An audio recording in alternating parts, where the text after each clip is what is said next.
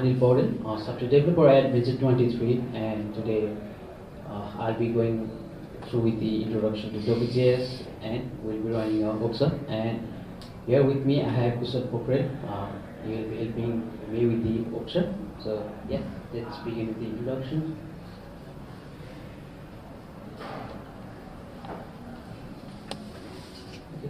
Okay.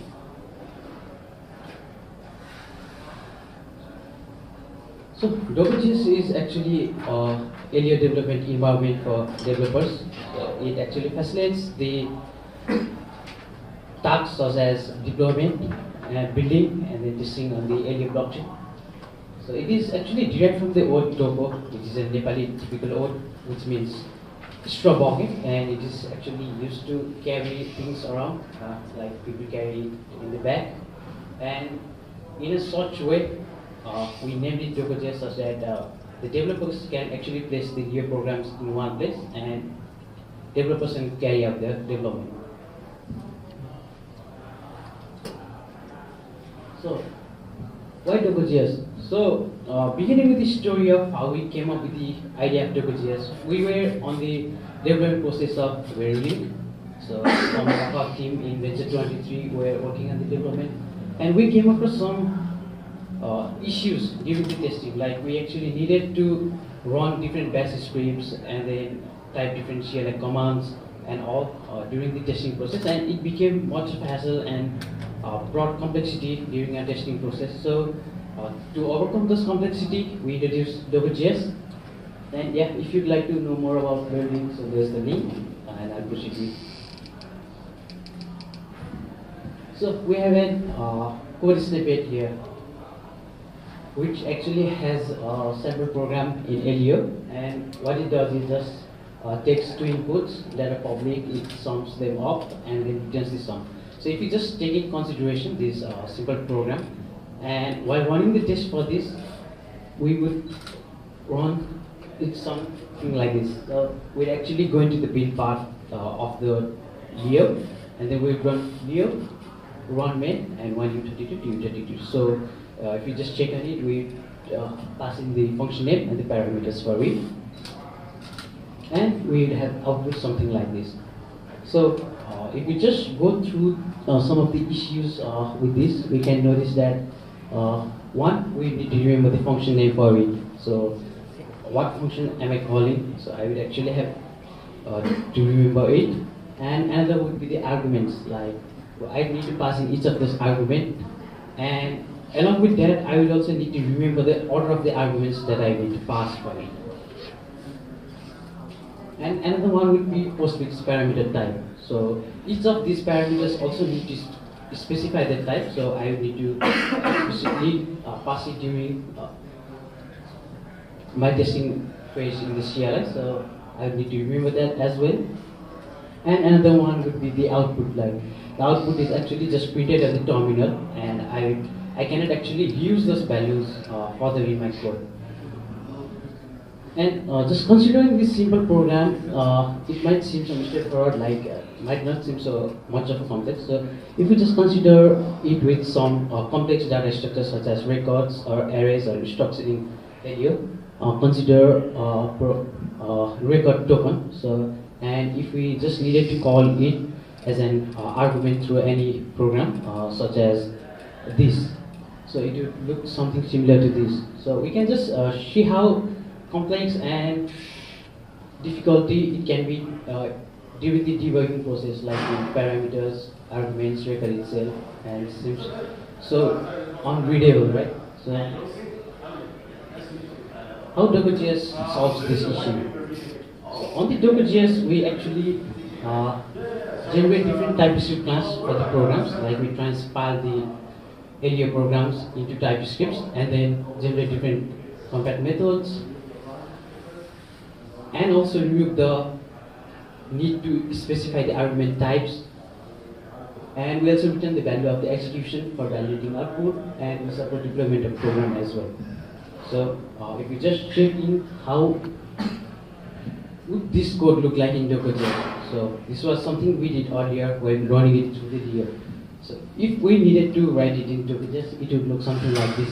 So you can check that the sample program contract is just something that was generated by the Dogo.js. So you just need to import it and initialize the contract code and just call contract.main and pass in the arguments. So you can see the difference in these two.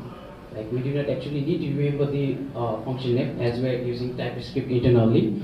You just be getting the recommendation as TypeScript supports it as well.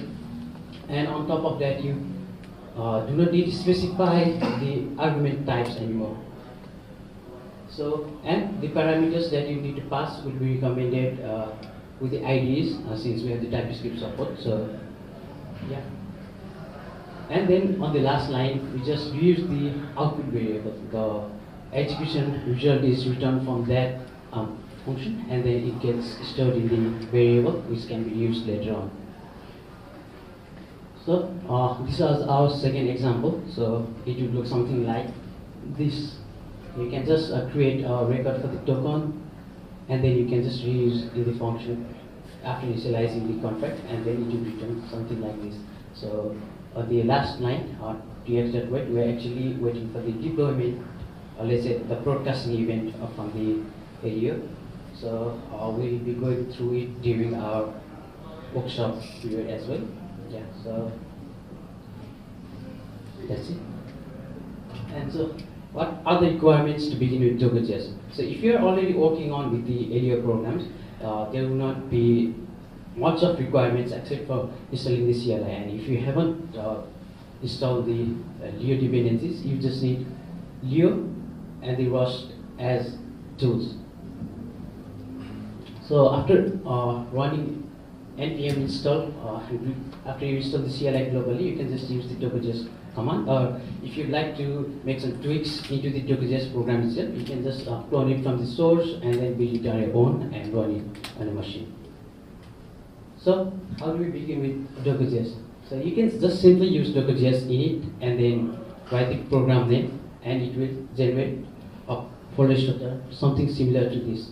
So in this structure, we have the contracts folders where the base contract class is stored, which will hold the common methods and deployment codes for the contracts. And we have another programs directory, which will be the main entry point for the developers. Like all of your Leo programs will be stored in the program directories, and anything you create for the Leo directory, you need to, for the Leo file, you need to place it here in order to get it compiled from the Dogo.js. And scripts directory is made for holding specific tasks and user scripts. And this will be another directory that will hold the test, and Aleo config is the configuration file that will handle the development environments and all. So, and we have other external files like .env, DDM, etc. That get generated along with it. And so after you initialize the program, you can just add additional program to it using Dogo.js add and then providing the program name. So if we just check, after running the command, if you just check in the program directory, you can just see the newly added programs. Like in this example, new underscore program.leo would be an example program that got added. So, and the final step would be to run Dogo.js compile to get the artifacts from the Dogo.js. So after running this command, it will actually go through the Leo files, create the Aleo output for them, and it will then parse it or transpile it to the respective JavaScript and TypeScript bindings that you require for the development. So, yeah, the artifacts structure would be something like this. So we have a JS folder inside the artifacts, which will hold the bindings for your TypeScript files that are generated and will be required during your use of Dogo.js in TypeScript. And another one would be the Leo file, which would generate the Leo build. So it will be something similar when you run like a new program using the Leo CLI itself. So it will hold that program structure inside the Leo folder, so you can actually modify those on your own if you require to.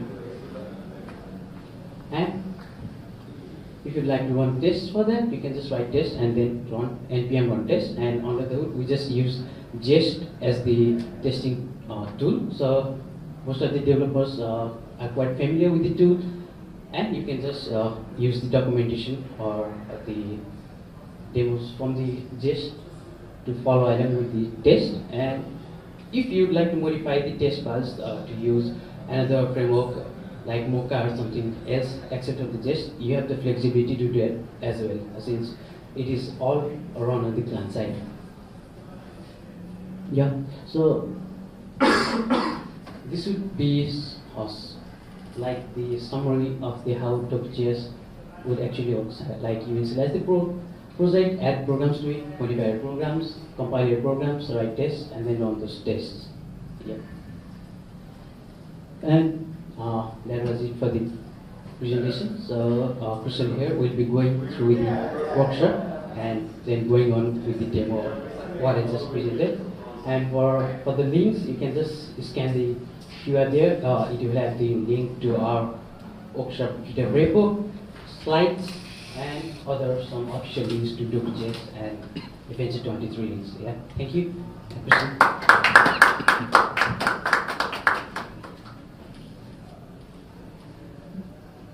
I have a question. Do you have any import programs in Docker.js?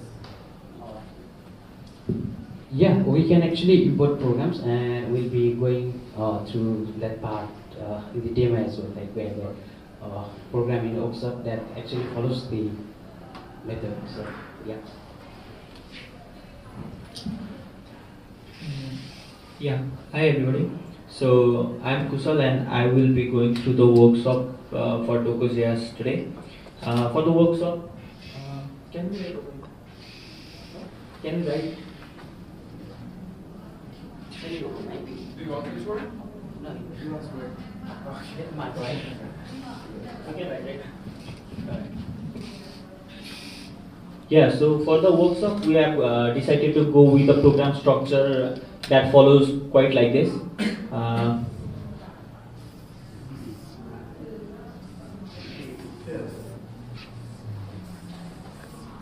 This is credits.aleo that will automatically be deployed when the node starts, and it is in the Genesis block, that program. And there will be another program called token.aleo.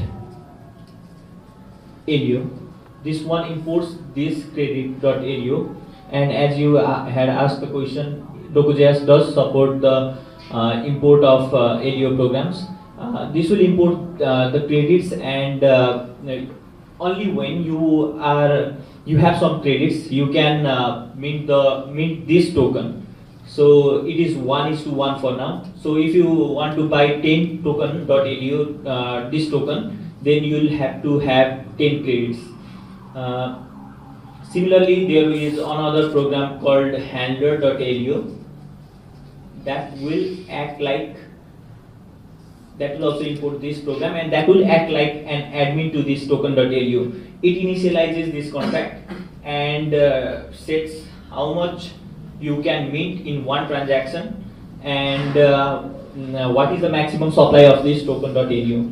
So this is how the program architecture of the workshop that we are going to be writing tests for looks like. And this program architecture has been chosen especially to show few unique features of Docker.js. As you said that Docker.js does support the imports of different programs. It also supports a handy feature is that it supports programs when they only have credits.aleo. We don't require a .leo file for Docker.js to support. Because you may know that in Aleo scan and such, we can find Aleo programs really easily, but Leo programs are quite difficult to find. So yeah, and the other functionality that Docker.js provides is changing between the accounts. So there is one actual test that we have to write. That is the token.aleo can't be initialized by any other accounts other than handler.aleo. The transaction must come from this contract, and for that we need to change the account to test. We need to change the account to different account to change the account to different address, which will not allow the transaction to go through. It will fail and revert. So we can start with a workshop.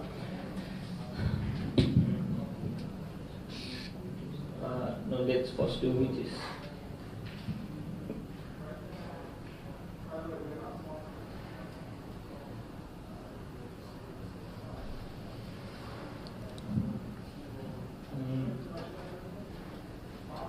Yes, so let's go through the folder structure of this.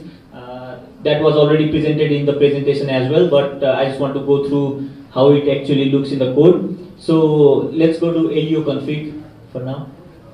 That is already selected. Aleo config.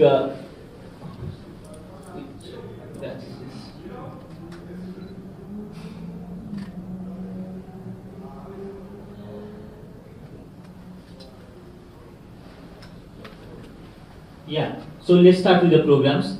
These programs are handler and token as said in the architecture diagram, but there is also a credits.aleo in the imports folder. So the imports folder supports Aleo programs, and both of these programs are written in Leo, and for as you might know, to deploy in the testnet or any net, we need a unique name. But since we are going to deploy these in the testnet, that name is already taken, so you can replace your name with P1 over there to make it unique. And the next important thing is aleoconfig.js. This sets up where you are going to deploy, where you are going to transact, and how much priority fee you want to include, and which accounts you are going to test with. So we can see that there is a default network set to testnet.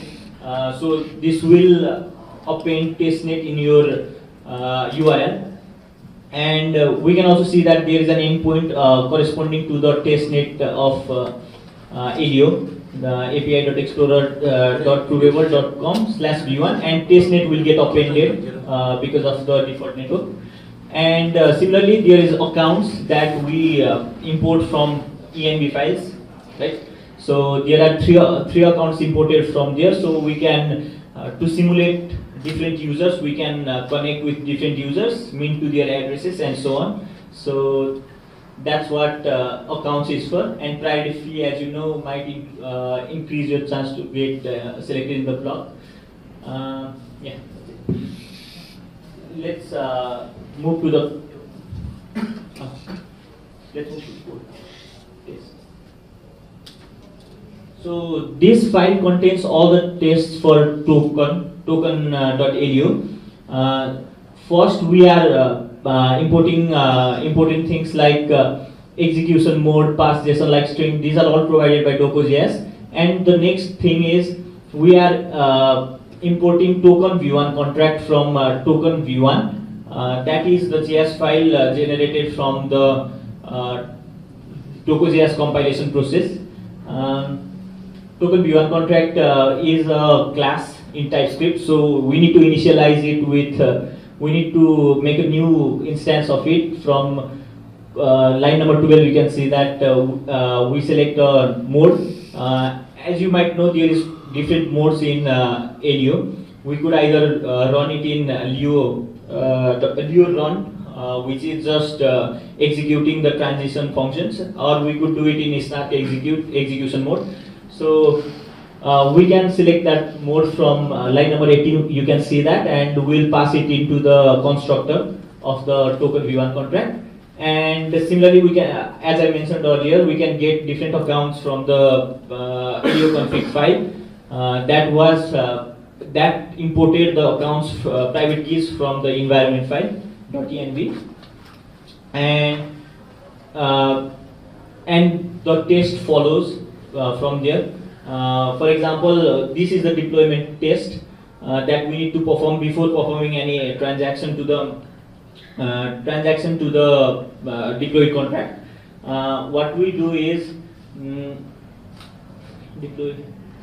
Yeah. So if the mode is not Leo run, we need a deployed instance of the contract.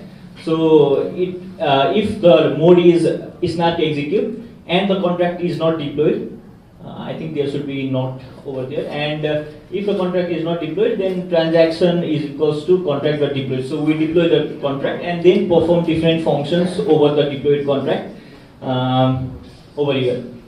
And I think this is a demo of a completed set of tests. And we also have a let's go to handler.test.ts.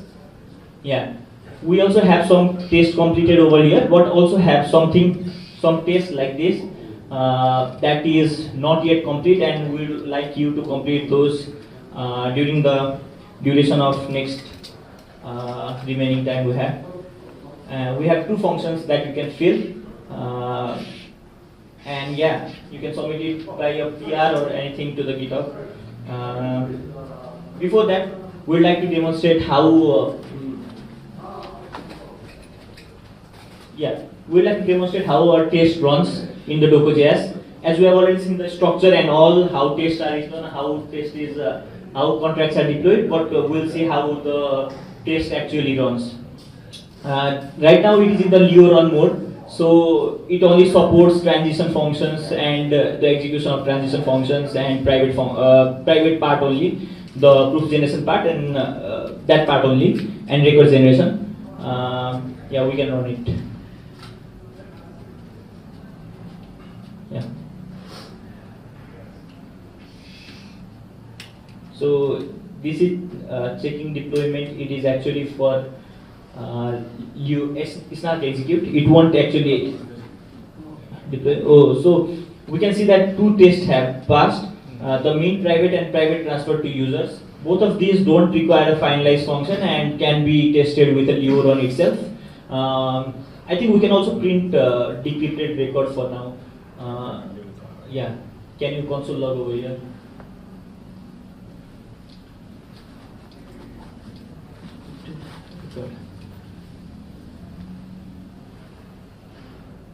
Yes, let's run it again.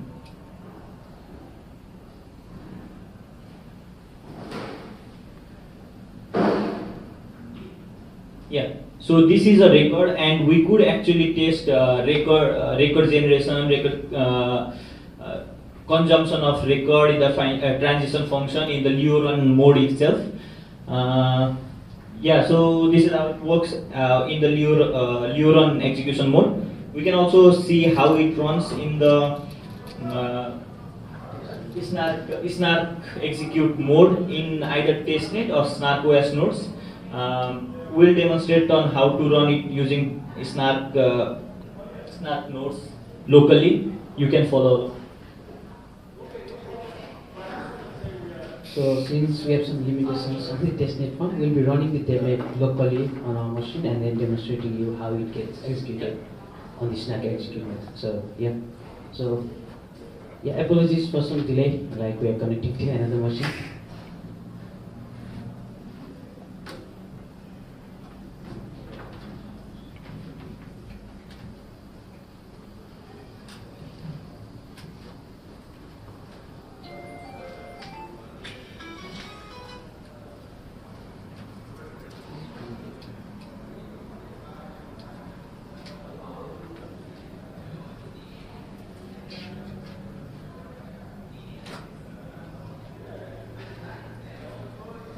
Yeah, so we might having some technical issues, sorry for that.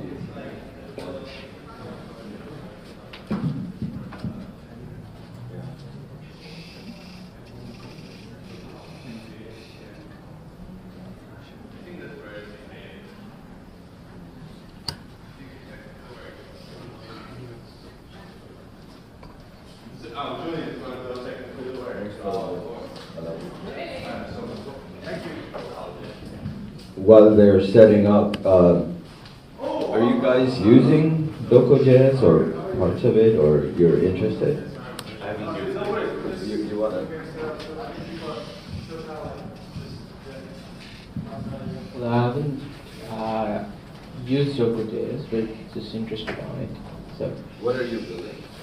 we're building a multi-chain settlement network. So, I was just wandering around this place and find Docker.js interesting. So, You I haven't used even Aleo program yet actually, so I'm just interested in the technical workshop, so I'm trying to following him.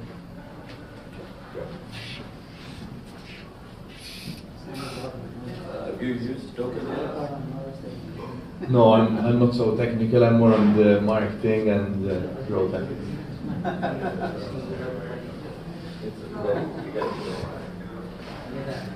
Do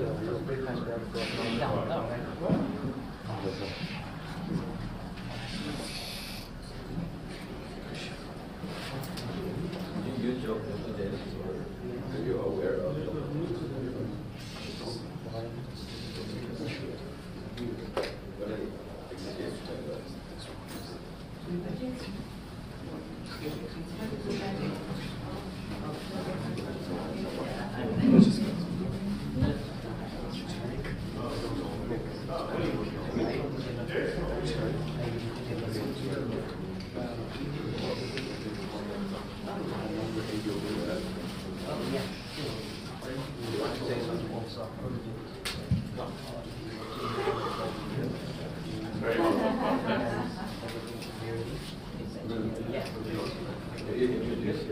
Hello. I'm Zach. I'm an engineer at Aleo. I hope you have a great time listening to Doco.js. Great SDK. And I'm interested in learning more about it myself. Did you capture all this? No. Okay, can you do it again?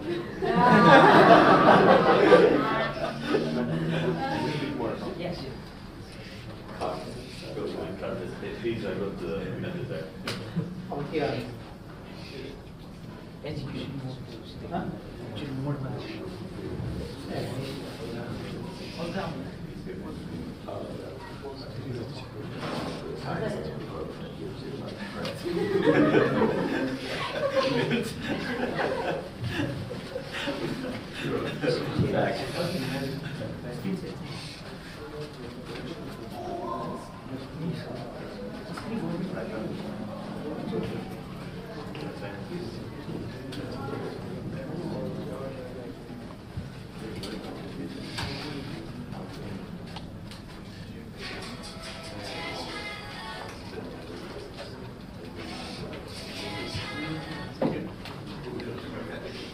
Actually, Zach, can you do it again? I'm so sorry. I can do it. Yeah, because I want to make a video of Docker. Right? Yeah. Like, your experience. But I'm very out of fun. I can but I'm out of context. Just make it up. Yeah. Introduce yourself. Sure thing. Okay. Tell me when you record. Okay. Hello everybody. I'm Zach, engineer at Aleo. Welcome to the workshop on Doco.js by Venture 23. They've been building for a long time on Aleo. They built the bridge, they're building a money market platform, and they've built this SDK. And I'm very excited to see what this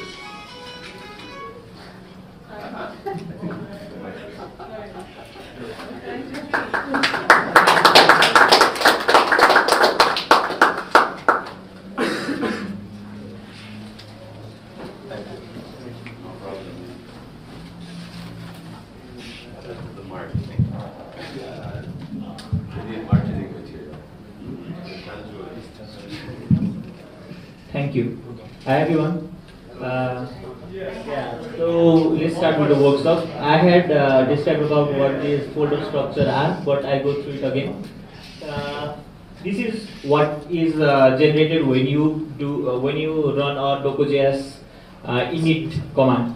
So Doco.js init workshop will give you something like this, and one of the most important config file that is generated is Aleo config, which will have different config parameters like what what network are you going to deploy or transact to.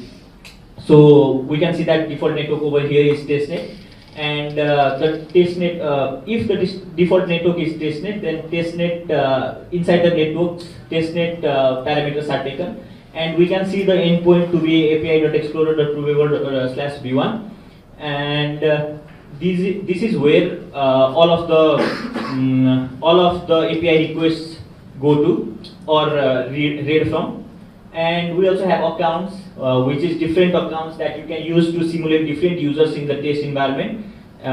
For example, if I send you money, I can send from user account first to user account second, and also priority feed that will help you get things, that will help you get your transaction faster. Yes. So we will start with how testing is performed in the Docker.js files. So there are two. I'll also describe this architecture briefly. So there are three contracts over here. You can only see two of them because two are Leo files and one is Aleo file. Credits.aleo is already deployed in the Genesis block in the Aleo blockchain. So we don't need to have a Leo file for this. We can use credits.aleo, and we can use any credits.aleo file in the Docker.js, since that is available in the Blocks Explorer, Aleo scan. And there is another contract called token.aleo, which is a simulation of, let's say, any token, ERC20 tokens. And you can buy this token using credits.aleo. It is 1:1 for now. So if you buy 10 token, 10 worth of 10 credits, then you get 10 token. And there is also another contract that is called handler.aleo that will import from token.aleo, and it only initializes the token.aleo file, which sets the parameter like how much can you mint in one transaction and what is the total supply of this token.aleo. So this is how the contract architecture is for this test workshop right now. And let's start with a token test. Here we can select the mode. As you had already seen, we have done a test on the mint private and transfer private function as test in the Leo run, because in Leo run you can execute functions, transition functions only. So you can test if all of your program is only transition function. There is no state at all. You only need proofs. Then you can use Leo run as well. But let's be more realistic and use snark execute mode. This is when you need test of both finalize and transition.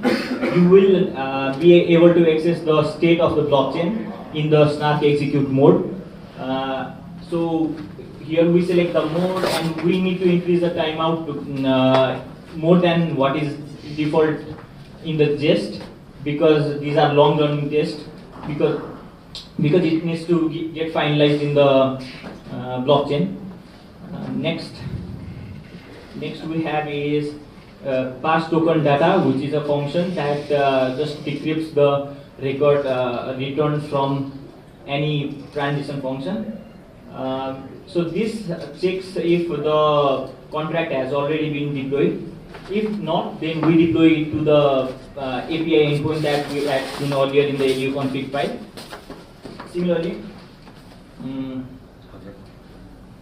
Similarly, there is a mint private function that we can also run in Leo execute mode. But let's run our test with snark execute mode.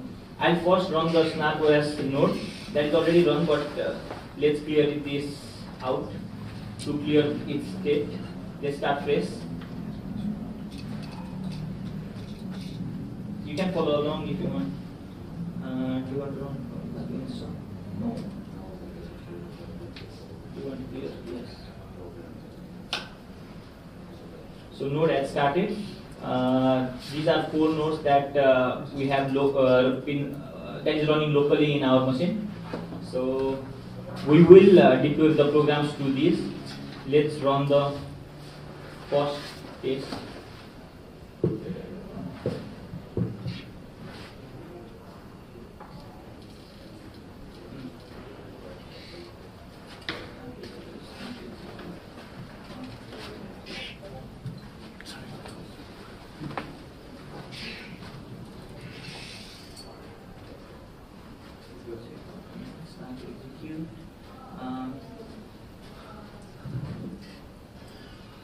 I'll change the endpoint from this to localhost because we are deploying it in the DevNet.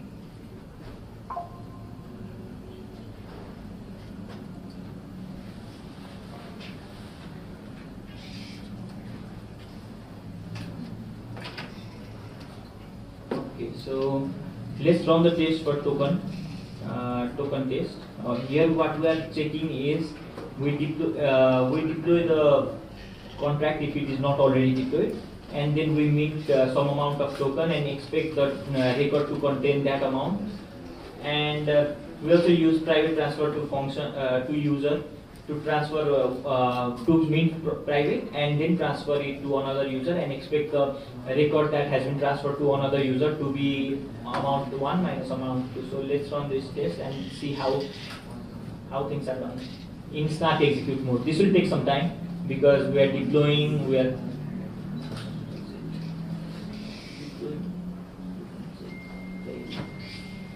see.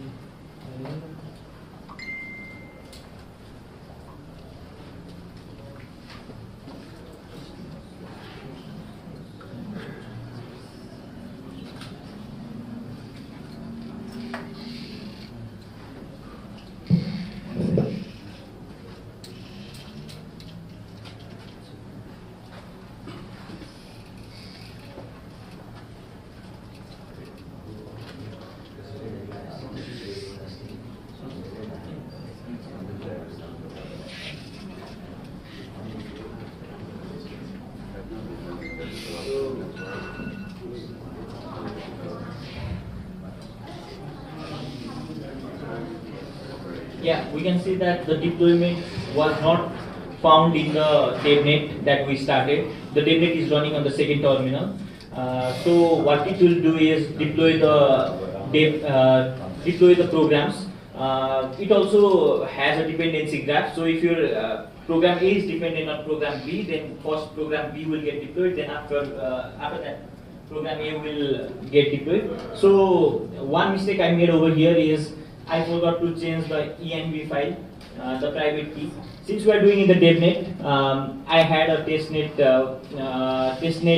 parameter set up earlier. So I had a private key which I had found in testnet but not in DevNet. So we'll need to copy this one. I think this is a DevNet private key.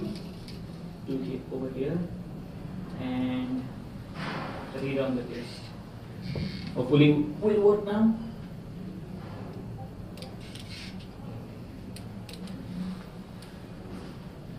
Yeah, so we use Leo deploy. Previously we had a dependency on SnapOS because we could only deploy from SnapOS, but now since Leo supports deploying to different API endpoints, we use Leo. So the only dependency Docker.js has right now is Leo, which is also dependent on Rust, so Rust and Leo.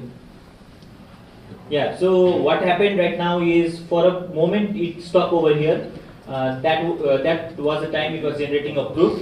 Then after that, the proof was submitted to the validator, and what we are doing is trying to refresh the API endpoint with this program name, and it returns something like this program ID not found. And we retry to fetch it until there is some program.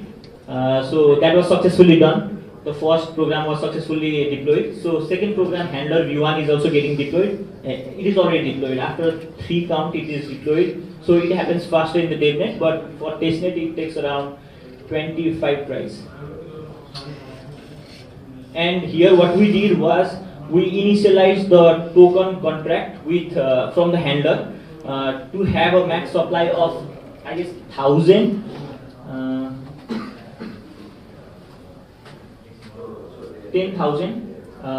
It will only, the token will only get minted up to 10,000 tokens, and we applied a mint limit of 100. That means in a one transaction you can only mint up to mint limit that is 100.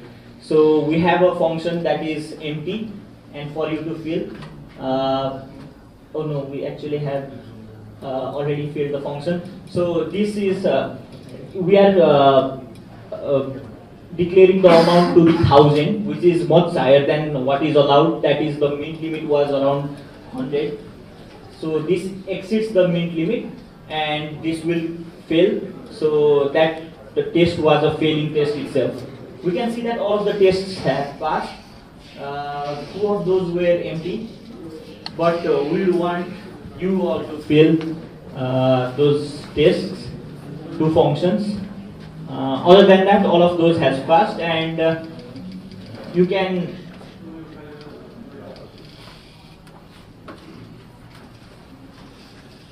see how these functions are written. For example, in mint private, this is something that would run in Leo run execution mode itself. We have a decrypted record we get after the function mint private is called, and the decrypted record amount will be equal to the amount that we have actually minted, requested to mint. Other than that, everything passed, and yeah, this is how you write code in Doku.js. Want to give it a try?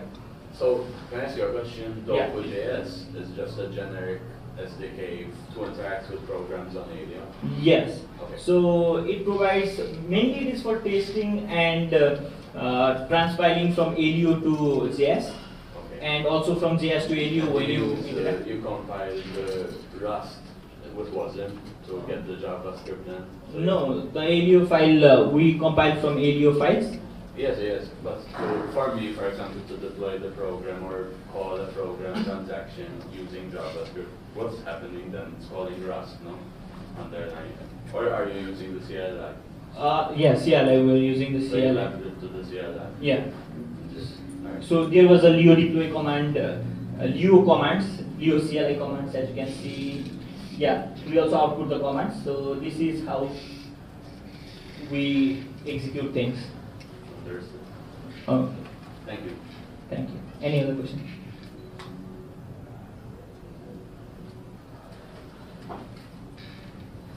Can I make pump.fun with this on either? I wanted to, Pump.fun. like meme point generator. Yeah, sure. This token could be a meme coin itself. We could name it. Wonderful. And Julian, we name it Caesar. sure. That's a nice name. Thank you. $CSR. Thank you, sir. We also have a useful link QR code that has all this code and all the Telegram channels, link to the Telegram channels and all of that stuff.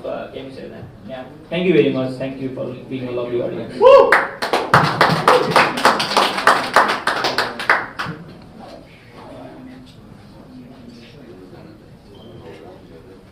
Okay.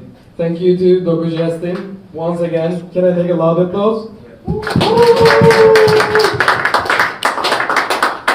Now our next talk is in 40 minutes, so feel free to come back whenever you want in 10 minutes.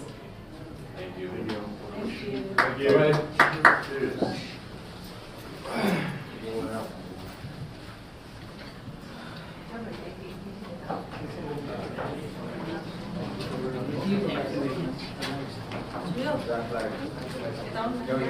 One photo session. Yeah. I want to take one picture, one selfie with the. We can take with everyone. Yeah, come. Yeah. Just. Everyone in the room. Family selfie. Does look very intelligent. Share one. I want to Right in the middle, have. right in the middle. Everyone in the room. We're gonna do marketing for FCPC. We have to have. Maybe put venture. Yeah, Venture 23 logo in there. Come. Yeah, I can take it. Oh, We yeah, need to that show would be them awesome. the power. Thank Yeah, you. yeah, no worries. Little pump up one here. Can I take someone to do? Yeah, he's getting a I'll little come down closer. with you. Closer again. Thank you. We need to see Elio take this one. Bring it to the front. Someone hold his hand to the front. Yeah. Yeah, a little to the front. Hold that up.